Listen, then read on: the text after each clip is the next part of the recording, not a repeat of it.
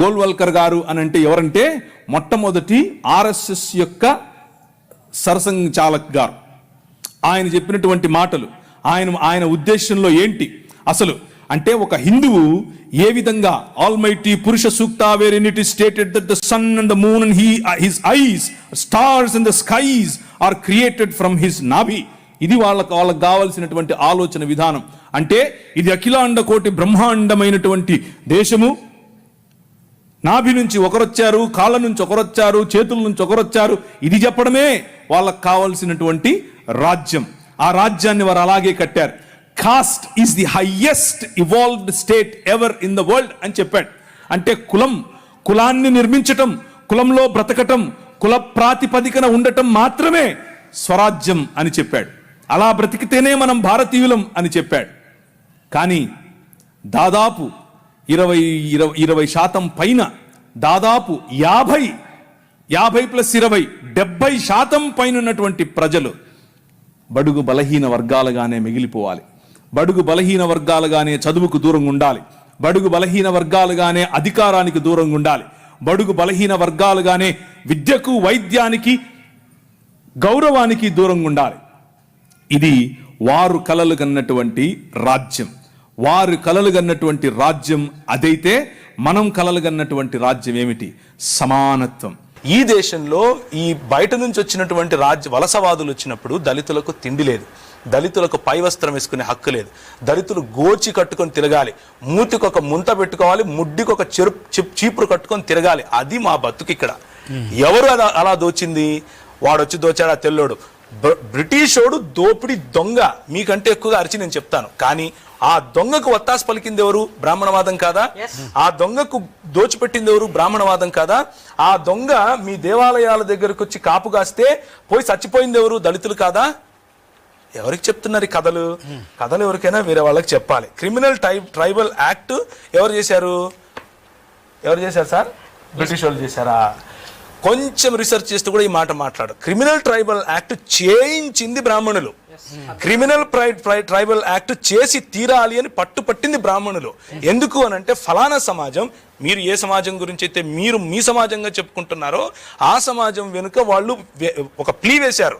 Plea వేసి ఈ సమాజం వాళ్ళు ఎరుకళ్ళు, యానాదులు, కోయలు, గోండులు ఇలాంటి వాళ్ళు కొంతమంది ఉన్నారు, వీళ్ళని మేము క్రిమినల్స్గా చూస్తాం, వాళ్ళు పుట్టుకతో నుంచే మా దగ్గర నుంచి అన్ని దోచుకొని పోయేవాళ్ళు, మేము రోడ్డు మీద వెళుతూ ఉంటే వాళ్ళు నడవటానికి వీల్లేదు, మేము వెళుతూ ఉంటే మా సొమ్ము వాళ్ళు దోచుకుని వెళ్తారు, కాబట్టి వాళ్ళను క్రిమినల్స్గానే గుర్తించండి అని ప్లీ వేసింది బ్రాహ్మణులు. ఎవరికి సార్ కథలు చెప్తారు? తర్వాత బుద్ధుడు, విష్ణుమూర్తి. రేపు మళ్ళీ ఇదే ఆర్ఎస్ఎస్ కుహనా మేధావులు వచ్చి ఇక్కడ ఏం చెప్తారంటే, అంబేద్కర్ గారు కూడా విష్ణుమూర్తి అని అంటారు. ఈరోజు డేట్ రాసుకో అన్న, ఇదే జరుగుతుంది.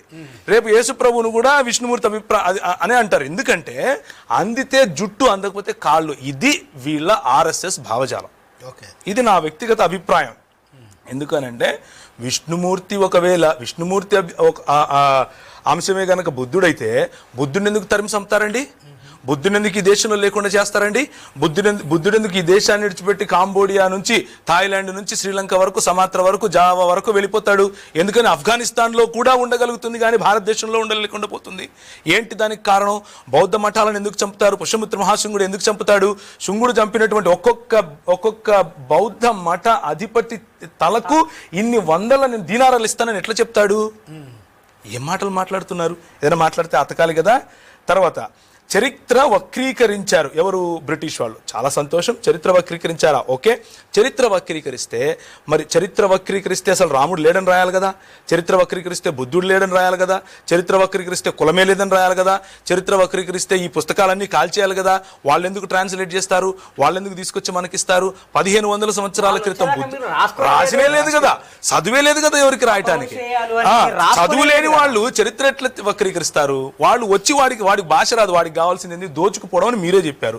దోచుకుపోయేవాడు మీకు ఎందుకు భాష రాసిస్తాడు? దోచుకుపోయేవాడు మీకు ఎందుకు చదువు చెప్తాడు? దోచుకుపోయేవాడు మీ పుస్తకాలు ఎందుకు ట్రాన్స్లేట్ చేస్తాడు?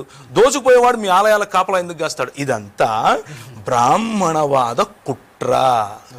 ఇప్పుడు కొత్తగా ఆర్ఎస్ఎస్ విహెచ్పిలు తీసుకొస్తున్నటువంటి ఒక స్టిక్కర్, బంపర్ స్టిక్కర్ ఏంటంటే, దళితులను పోగొట్టుకోకూడదు కాబట్టి బుద్ధుడు మావాడు, దళితులను పోగొట్టుకోకూడదు అంబేద్కర్, విష్ణుమూర్తి స్వభావం.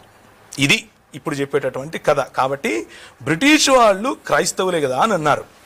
సార్, బ్రిటిష్ వాళ్ళు ఈ దేశానికి వచ్చి భాస్కర్ రాజు గారు 80 సంవత్సరాల వరకు ఉన్నంత వరకు వాళ్ళు ఆరాధించుకోవటానికి కూడా వాళ్ళ దగ్గర చర్చి లేదు.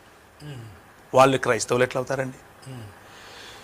ఆల్బర్ట్ ఐన్స్టీన్ అని పేరు పెట్టుకుంటే క్రైస్తవుడని, భాస్కర్ రాజు అని పేరు పెట్టుకుంటే హిందువు అని. ఇది గనక స్టాండర్డ్ అయితే నేను హిందువుని అవ్వాలి, నా పేరు ప్రవీణ్ కుమార్. అది కాదు సార్ స్టాండర్డ్. స్టాండర్డ్ ఏంటంటే ఇదిగో ఈ 66 పుస్తకాలు ఉన్నటువంటి బైబిల్ గ్రంథాన్ని ఎవడైతే విశ్వసిస్తాడో వాడు క్రైస్తవుడు అవుతాడు. ఒకవేళ ఇక్కడికి వచ్చినటువంటి బ్రిటిష్ వాళ్ళు క్రైస్తవులే అయితే విలియం కేరీని రాకుండా ఎందుకు ఆపుతారు? జీగన్ బాల్క్ గారిని రాకుండా ఎందుకు ఆపుతారు? క్రైస్తవ మిషనరీ సంస్థలు రాకూడదు అని వాళ్ళపైన చట్ట వ్యతిరేకమైనటువంటి అంటే వీసా ఉల్లంఘనలు అన్న పేరు మీద దిగిన వెంటనే ఓడలెక్కించి ఎందుకు పంపిస్తారు? వాళ్ళని ఇక్కడ రోడ్డు మీద కొట్టి చంపుతూ ఉంటే కూడా మాకు పట్టినట్టు ఎందుకుంటారు అని అంటే